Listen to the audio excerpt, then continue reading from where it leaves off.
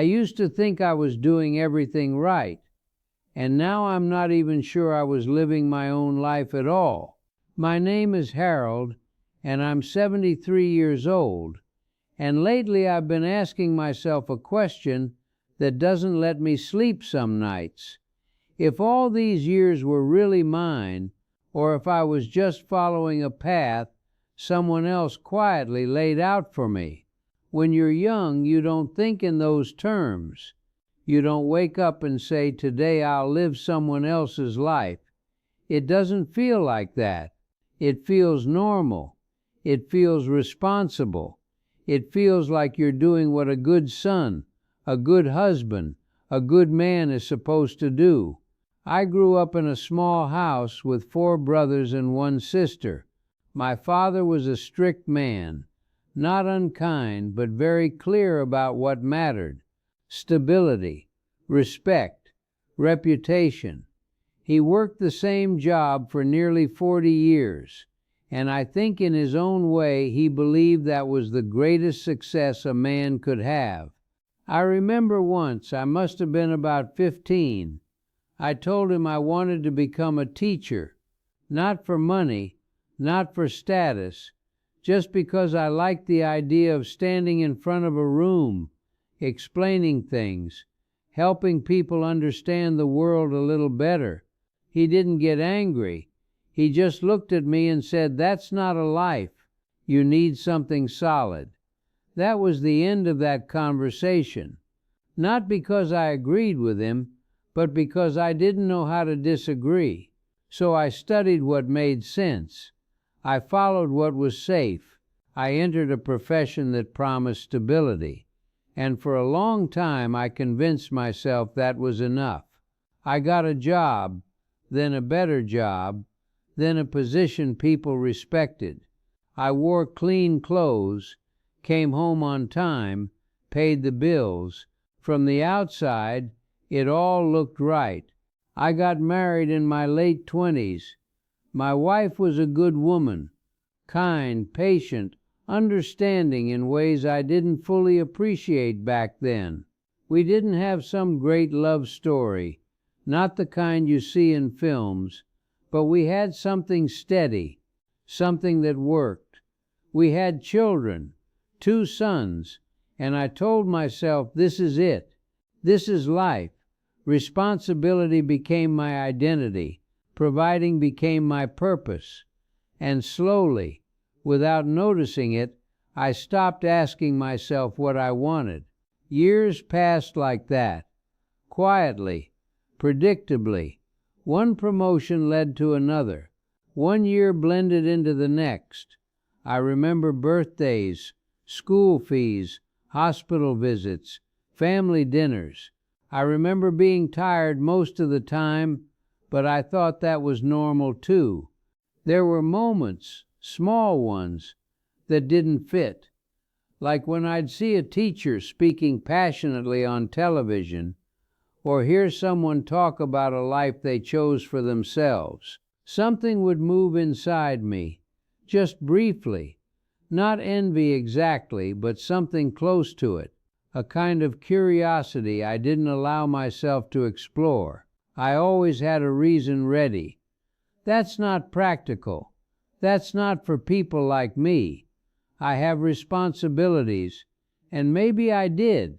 I'm not saying I didn't, but somewhere along the way, those responsibilities became the only thing I was allowed to be. My sons grew up. They did well. One moved abroad. The other started his own business. I was proud of them. Still am. They had more freedom than I did, and I made sure of that.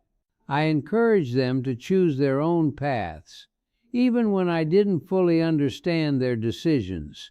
It's strange when I think about it now. I gave them something I never gave myself.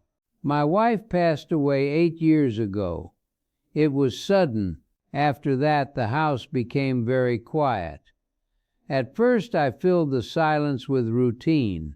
I kept the same schedule, the same habits, as if she were still there. But slowly, that stopped working. For the first time in my life, there was no one telling me what needed to be done next. No immediate responsibilities pressing in on me. Just time and space and a kind of silence that felt heavier than any noise. That's when the question started. It didn't come all at once. It was more like a thought that kept returning, growing a little louder each time. I would sit in the living room, look around at everything I had built, and feel something I couldn't quite name. Not regret exactly, not sadness, something more uncertain. One afternoon, I found an old notebook while cleaning a drawer. It was from my school days. Inside, there were pages filled with handwriting I barely recognized as my own. Notes, ideas, and on one page, written very clearly, "I want to be a teacher." I must have sat there for an hour, just staring at those words. It wasn't the dream itself that affected me the most.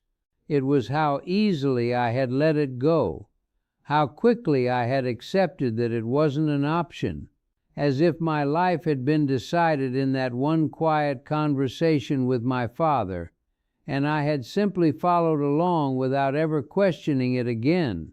That realization stayed with me. I started looking back, really looking at the choices I had made, not just what I did, but why I did it. And the more I thought about it, the more I realized how many of those decisions were not really mine. I chose what was expected. I stayed where it was safe. I avoided anything that felt uncertain, even if it also felt meaningful. And the strange thing is, no one forced me. Not really. There were expectations, yes. There was pressure. But there were also moments where I could have spoken up, could have tried something different, could have taken a small risk. I just didn't. I told myself I was being responsible, that I was doing the right thing. And maybe in some ways I was. My family was cared for. My children had opportunities. We lived a stable life. But now, at 73, I sit here and wonder, where am I in all of that? Not as a father, not as a husband, not as a provider, just me. It's a difficult question because there isn't a clear answer. I'm not filled with dramatic regret. I don't feel like I wasted my life. There was love in it. There was purpose in it. There were moments of real happiness. But there's also this quiet uncertainty, like reading a book and realizing you were never the main character in your own story. These days, I try small things. Nothing big. I read more. I write sometimes, even if it's just a few lines. Once a week, I volunteer at a local school, helping children with their lessons.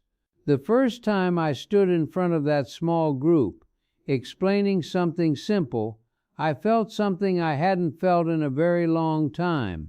It wasn't excitement, it was something calmer than that, a kind of recognition, like I had finally met a version of myself that had been waiting patiently all these years.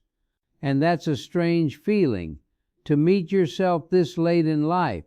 I don't know if I can change much now. At this age, you don't start over. You don't rewrite everything. But you do begin to see things more clearly.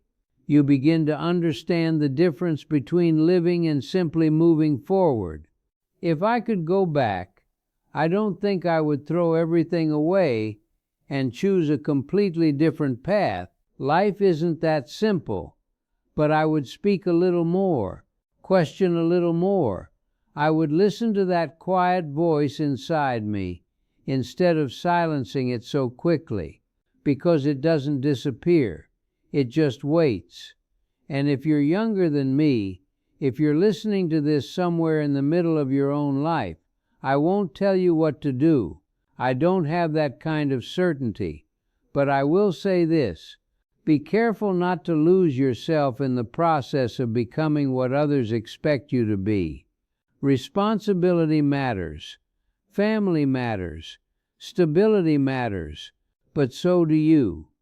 And one day, when things finally slow down, when the noise fades and you're left alone with your thoughts, you'll want to recognize the person sitting there. I'm 73, and I'm still getting to know him.